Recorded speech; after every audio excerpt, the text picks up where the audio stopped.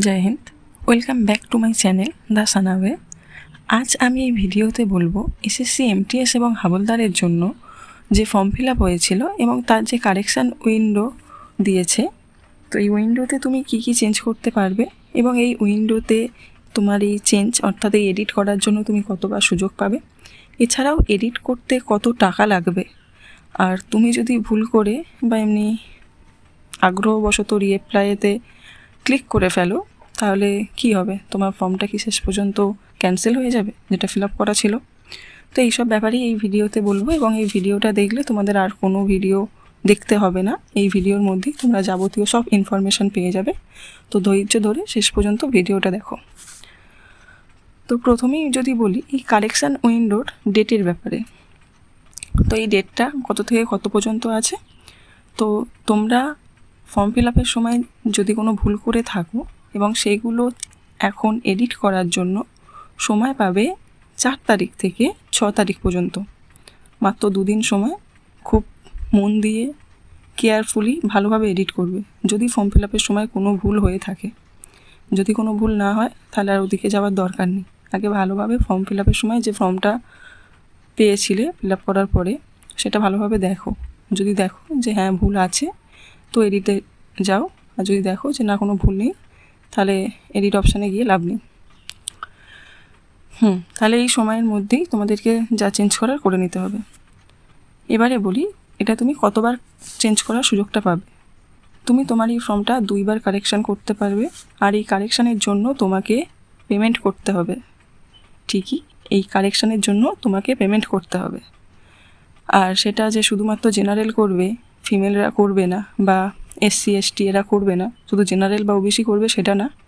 তোমরা যে ক্যাটাগরিতেই হও, মেল ফিমেল সবাইকেই পেমেন্ট করতে হবে যদি তোমরা এডিট করতে চাও।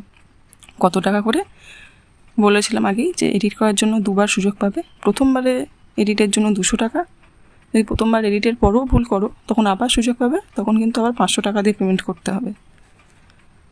আর যতক্ষণ না তোমরা এই পেমেন্টটা করছো ততক্ষণ তোমাদের প্রথম ফর্মটাই ভ্যালিড থাকবে। কিছু ধরো এডিট করলে কিন্তু শেষে গিয়ে পেমেন্ট করলে না, তাহলে তোমার এই ফর্মটা সেকেন্ডবার যেটা ফিল আপ করলে আর কি এডিটে পেমেন্ট না করার জন্য সেই ফর্মটাকে ভ্যালিড হবে না। তখন একেবারে প্রথমে যে ফর্মটা ফিল আপ করেছিলে সেটাকেই ভ্যালিড হিসেবে ধরা হবে। আচ্ছা, এবার অনেকের মনেই প্রশ্ন থাকে যে আমি পেমেন্ট করিনি কিন্তু আমি আমার প্রথম ফর্মের অ্যাপ্লিকেশান স্ট্যাটাসটা চেক করব বলে ওই এতে কী বলে ওটাকে যেন অ্যাপ্লিকেশান স্ট্যাটাসে ক্লিক করেছি, তো তার জন্য কি হবে?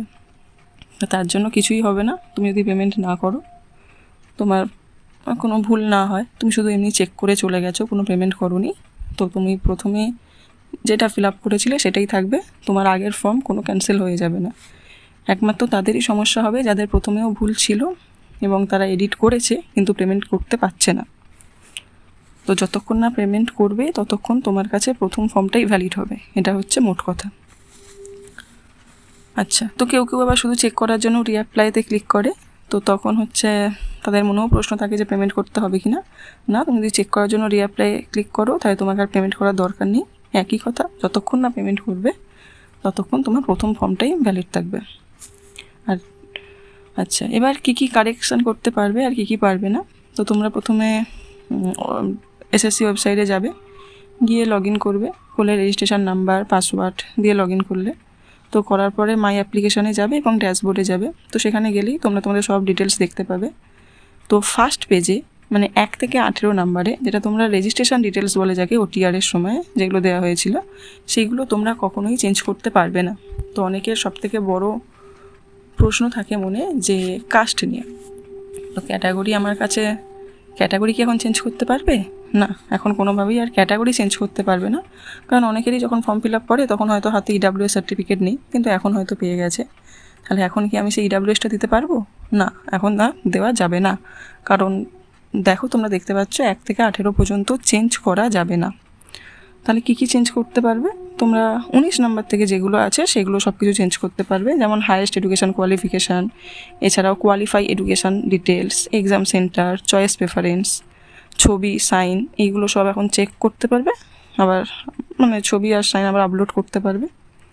কিন্তু অবশ্যই যদি তোমাদের এখানের মধ্যে কোনো ভুল থেকে থাকে, ছবি বা সাইনে কোনো গণ্ডগোল হয়ে থাকে, তখন তোমরা অবশ্যই পেমেন্ট করে পেমেন্ট করে ওটাকে সাবমিট করো, তবেই তোমাদের এডিটটা হবে। যদি আরও কারোর কোনো প্রশ্ন থাকে তাহলে অবশ্যই কমেন্ট করো, কারণ আমি সবার কমেন্টেরই রিপ্লাই দিই। আর যদি আমার এই ভিডিওটা তোমাদের উপকারে আসে তাহলে অবশ্যই লাইক, শেয়ার আর সাবস্ক্রাইব তো অবশ্যই করতে হবে, করে পাশে থাকো।